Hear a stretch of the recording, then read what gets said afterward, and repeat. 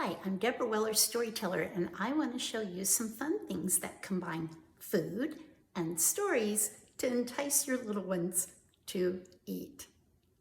So the first one we're going to do today is tell a story about a little hungry caterpillar.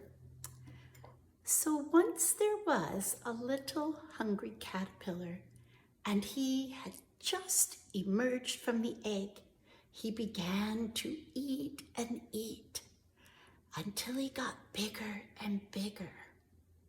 Now what I used to make this was spinach leaves, grapes cut in half, little pieces of carrot, and an orange that was sliced very thin. That little caterpillar grew and grew and grew. One day, it felt a little funny, and it made itself into a little chrysalis. After several weeks, it began to feel different, and it emerged as a beautiful butterfly.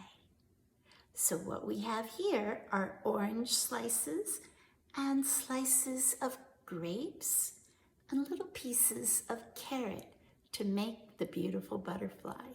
I'll bet the children in your life will enjoy having this as a special snack.